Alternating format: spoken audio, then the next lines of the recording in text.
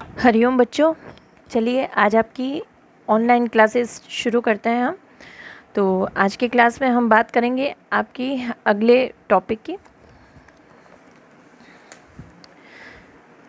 देखिए, आपका ये अभी अध्याय पहला ही चल रहा है जिसका नाम है संसाधन। हमने पहले की कक्षाओं में भी इस अध्याय की बात की थी। मैंने आपको संसाधन कौन कौन से होते हैं, कितने प्रकार के होते हैं, संसाधन क्या होते हैं, ये सब बता चुकी थी। अब आज की क्लास में हम आगे बात करेंगे। संसाधन संरक्षण में हमने बात की थी कि संसाधनों को बचाना बहुत ज़रूरी है आज के समय के लिए, क्योंकि ये संसाधन बहुत सीमित होते हैं, तो इनका संरक्षण करना मनुष्य के लिए आवश्यक है। संसाधनों का उपयोग करने की आवश्यकता और भविष्य के लिए उनके संरक्षण में संतुलन बनाए रखना सतत पोषणीय विकास कहलाता है। अब संसाधनों के संरक्षण में एक शब्द आता है, सतत पोषणीय विकास। इस शब्द का क्या अर्थ है? सतत यानी देखिए लगातार चलने वाली क्रिया, उसे हम सतत कहेंगे। पोषणीय का मतलब होता है जिससे सबका पोषण हो, यानी कि मनुष्य को ऐसा विकास करना चाहिए जिससे सभी का पोषण हो और विकास हमेशा चलता रहे, रुके नहीं, किसी भी चीज़ की कमी नहीं आए विकास करने में। तो इस सतत पोषणीय विकास की अवधारणा को हमें अपनाना चाहिए मनुष्य को, जिससे सारे संसाधनों की रक्षा हो सकती है। सतत पोषणीय विकास में क्या होता है? संसाधनों का ऐसा उचित उपयोग करें। इसमें हमें जितने भी प्राकृतिक संसाधन हैं या मानव निर्मित संसाधन हैं, उन सभी संसाधनों का ऐसा अच्छी तरीके से, उचित तरीके से, सतर्कता से उपयोग करना होगा, ताकि न केवल वर्तमान पीढ़ी को यानी हमें उसकी सारी चीज़ें हमें मिल सके, संसाधन मिल सके, सारी जो टेक्नोलॉजी है उसके अनुसार हमें सारी सुविधाएं मिल सके, न सिर्फ हमें मिले, भावी पीढ़ियां यानी कि हमारी आपकी आगे की संतान, हमारे आने वाली संतानों के लिए भी वो सारे संसाधन बच सकें और वो भी उसका प्रयोग कर सकें अपने विकास के लिए। प्रत्येक व्यक्ति उपभोग को कम करके, अब हम इस सतत पोषणीय विकास कैसे कर सकते हैं, क्या कर सकते हैं जिनसे इन संसाधनों की रक्षा होगी? इन संसाधनों की रक्षा व्यक्तिगत स्तर पे होनी चाहिए और सार्वजनिक स्तर पर भी होनी चाहिए, सरकार की तरफ से भी होनी चाहिए। तो इसके लिए हमें सबसे पहले हमें अपने घर से ही इस चीज़ की शुरुआत करनी चाहिए। तो उसके लिए हमें क्या करना चाहिए कि हमें एक आदत डालनी चाहिए कि हमें ज़रूरत से ज़्यादा चीज़ों का संग्रह नहीं करना है और अपनी उपभोग की प्रवृत्ति को सीमित करना है। यानी कि प्रत्येक व्यक्ति उपभोग को कम करके वस्तुओं के पुनर्चक्रण और उपयोग द्वारा योगदान दे सकता है। हमें भी किसी भी चीज़ का हमें दुरुपयोग नहीं करना है, उसे वेस्ट नहीं करना है। जिस चीज़ की आवश्यकता है, जितनी आवश्यकता या ज़रूरत है, जैसे, तो हमें उतना ही उसका उपयोग करना चाहिए, उससे ज़्यादा उस चीज़ का दुरुपयोग नहीं करना चाहिए, वेस्ट नहीं करना चाहिए। जैसे हमारा जो ज़रूरी संसाधन है जल, पानी को हमें बिल्कुल भी व्यर्थ नहीं बहाना चाहिए। ऐसा नहीं है कि हमारे तो बहुत टाइम तक पानी, हमारे घर में बहुत सारा पानी है या हमारे जल की आवश्यकता बहुत आसानी से पूरी हो जाती है, तो हम उसका अनुचित तरीके से उपयोग करते ही जाएं और उसे बचाने का प्रयत्न नहीं करें।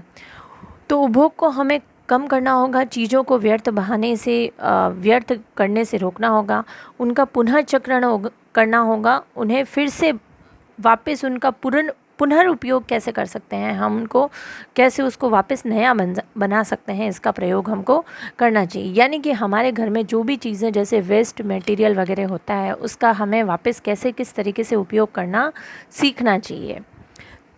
चाहे पुराने अखबार हो या पुराने कोई लोहे या धातुएं की चीज़ें हैं, उनको हम पिघला के फिर से उसका रीयूज़ कर सकते हैं, तो पुनः उपयोग द्वारा योगदान दे सकते हैं। पर्यावरण की रक्षा, जैव विविधता का संरक्षण, हमें जितने भी जीव पर्यावरण में हैं, प्रकृति में, उन सभी जीवों की रक्षा करनी होगी।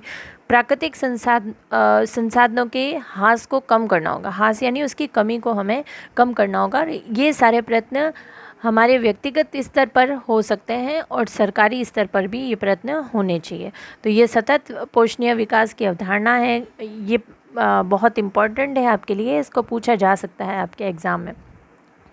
अब आपके इसी के साथ आपका जो पहला अध्याय है संसाधनों का, वो समाप्त होता है। अब हम अगले अध्याय में कौन कौन से संसाधन हैं उनको हम जानेंगे उनके बारे में।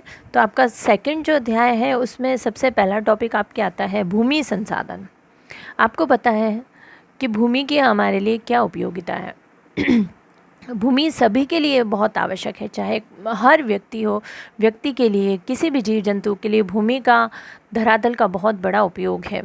भूमि के बिना तो हम किसी भी जीव की कोई कल्पना नहीं कर सकते हैं। तो भूमि एक बहुत अच्छा संसाधन है, बहुत ज़रूरी संसाधन है, और ये आपको अच्छी तरह पता है कि ये एक प्राकृतिक संसाधन है, ये मानव निर्मित संसाधन नहीं है। मनुष्य चाहकर भी भूमि नहीं बना सकता है। जितना भी धरातल हमारी पृथ्वी पे है, हमें उसी धरातल का प्रयोग करना पड़ेगा, उससे ज़्यादा हम उसको बढ़ा नहीं सकते हैं। तो पृथ्वी का सिर्फ 29% भाग स्थल है, भूमि है, बाकी का 71% भाग है वो जल है, महासागरों के रूप में वो जल बना हुआ है। ये आपको जानना होगा कि पृथ्वी पे सिर्फ 29% ही क्या है, भूमि है, धरातल है। सभी भाग, और ये इतना 29% भी रहने योग्य नहीं है सभी व्यक्तियों के लिए। सब व्यक्ति, यानी कि 29% भाग में आप धरातल का जो रूप देखते हैं, इसमें धरातल की बहुत सारी आकृतियाँ होती हैं। कहीं पहाड़ होते हैं, कहीं नदियाँ हैं, कहीं ये हैं अपने मरुस्थल हैं या समुद्र तट हैं। भूमि का ये बहुत कम हिस्सा है जो मनुष्य के रहने के अनुकूल है। तो इस 29% भाग में भी बहुत कम ऐसा भाग है जहाँ पे मनुष्य रह सकता है। अब एक फैक्ट है जिसको आप जानिए कि विश्व की जो 90%, इस 29% को अगर हम 100 भागों में बांट दें तो विश्व की 90% जो जनसंख्या है, हमारे वर्ल्ड की जो 90% जनसंख्या है, 7 अरब लगभग जनसंख्या है विश्व की 2013 के अनुसार। तो इसमें विश्व की 90% जो जनसंख्या है वो भूमि क्षेत्र के सिर्फ 30% भाग पे रहती है। यानी कि 100% अगर हम भूमि को मानते हैं तो जो 90% लोग हैं वो भूमि के सिर्फ 30% भाग पे रहते हैं। यानी कि बाकी अब जो 70% है उस पर कितने व्यक्ति रहते हैं? शेष 70% जो भूमि है उस पर विरल जनसंख्या है। विरल यानी बहुत कम जनसंख्या है, यानी कि 10% जनसंख्या है सिर्फ, जो 70% भूभाग पर रहती है। ये सिर्फ इस पूरे भूभाग पे नहीं रहती, काफ़ी भूभाग तो निर्जन पड़ा है, यानी खाली पड़ा है। आप देखेंगे विश्व में ऐसे कई जगह हैं जो खाली पड़ी है, जहाँ पे बिल्कुल मनुष्य नहीं रहता है। तो वो सारा स्थान भी है, वो इतना 70% स्थान है जो निर्जन है, बिल्कुल सूना है। यानी कि ये 90% लोग जो हैं वो सिर्फ 30% धरातल पे रहते हैं। और आपको पता है मनुष्य कहाँ रहना पसंद करेगा? जहाँ उसे सारी सुविधाएं मिलती है। यानी कि भूमि की हम उपयोगिता को जानकर ही वहाँ पर रहते हैं। अब हम बात करेंगे, देखिए अगला फैक्ट है कि ऊबड़ खाबड़ स्थलाकृति, यानी कि स्थल की आकृति, यानी ज़मीन, जो ऊबड़ खाबड़ ज़मीन है और पर्वतों पर है, मरुस्थल क्षेत्र हैं, या फिर जहाँ पे बहुत सारे वन हैं, वहाँ पे आपको अच्छी तरह से पता है वहाँ पे जनसंख्या बहुत कम रहती है, क्योंकि वहाँ पे सारी सुविधाएं जनसंख्या को नहीं मिल पाती है। तो ऐसी जगहों पे जनसंख्या बहुत कम रहती है। उर्वर मैदान, नदी घाटियाँ, जहाँ पे कृषि योग्य भूमि होती है, वहाँ पे अधिकांश जनसंख्या रहना पसंद करती है। वहीं ज़्यादातर जनसंख्या रहेगी, क्योंकि वहीं पे जनसंख्या का विकास होगा, वो उनको बहुत सारे रोजगार के साधन उपलब्ध होंगे। अब भूमि संसाधन के बाद जानने के बाद हम बात करते हैं भूमि उपयोग। भूमि का उपयोग क्या होता है, या भूमि का उपयोग किस तरीके से किया जाता है? भूमि का उपयोग विभिन्न कार्यों के लिए किया जाता है, जैसे कृषि के लिए, खेती करने के लिए, वनों के लिए। आप अपने चारों ओर जो भूमि देखते हैं उस पर देखिए, खेत हैं, वन है, जंगल है, खनन कार्य होता है भूमि पे, सड़कें बनाई जाती हैं, फैक्ट्रियां बनाई जाती हैं, या फिर स्कूल आप देखते हो, या बहुत सारी इमारतें देखते हो, या मकान देखते हो। इन सभी स्थानों को साधारणतः इसे ही हम क्या कहेंगे? भूमि उपयोग कहते हैं। तो भूमि उपयोग के निर्धारक तत्व, यानी भूमि के बहुत सारे उपयोग होते हैं। भूमि का कोई एक उपयोग नहीं होता है। कोई उस पर खेती करता है, कोई उद्योग लगाता है, कोई आवास बनाता है, कोई इमारत बनाता है। तो ये भूमि उपयोग के निर्धारक तत्व। स्थलाकृति, अब कौन से ऐसे तत्व हैं जो भूमि के उपयोग को निर्धारित करते हैं, यानी कि उस भूमि में जो क्वालिटी होगी, जो गुण होगा, उसके अनुसार ही हम उस पे काम करेंगे। जैसे स्थलाकृति मृदा, अगर मिट्टी उपजाऊ होगी तो वो भूमि सबसे पहले हम खेती के काम में लेंगे। अगर उपजाऊ भूमि नहीं है या वहाँ पे मौसम सही नहीं है तो उस पे हम इमारतें या आवास बना देते हैं। तो वो कौन कौन सी चीज़ें हैं जो भूमि के उपयोग को निर्धारित करती हैं? एक तो होती है उसकी आकृति। अगर आकृति अच्छी है, समतल मैदान है, तो खेती होगी, और मैदान नहीं है, थोड़ा सा पठारी हिस्सा है या कुछ और हिस्सा है, तो वहाँ पे उसको काट के, और या फिर खनिज मिलते हैं वहाँ पे, तो खेती नहीं करेंगे, वहाँ पे खनन कार्य करेंगे। तो मृदा, जलवायु, खनिज और पानी की उपलब्धता, ये सारी चीज़ें उस भूमि के उपयोग को निर्धारित करती है।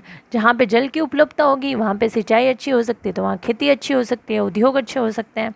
तो ये सब तो भौगोलिक कारक हैं, भौतिक कारक हैं जो भूमि के उपयोग को निर्धारित करते हैं। उसके अलावा मनुष्य भी दो कारक हैं जिससे भूमि का उपयोग निर्धारित होता है। मनुष्य जैसे जनसंख्या जो चाहेगी वैसे ही वो भूमि का उपयोग करेगी।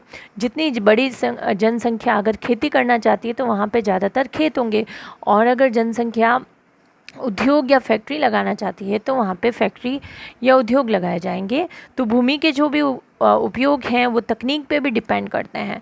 गांवों में तकनीकी कम होती है इसलिए वहाँ पे अक्सर खेत होते हैं, जबकि शहरों में तकनीकी ज़्यादा होती है इसलिए वहाँ पे भूमि का उपयोग सड़कें, पुल बनाने में और उद्योग में, इन सब में किया जाता है। अब भूमि उपयोग में परिवर्तन, इसकी बात हम अब दूसरे आपके वीडियो में करते हैं।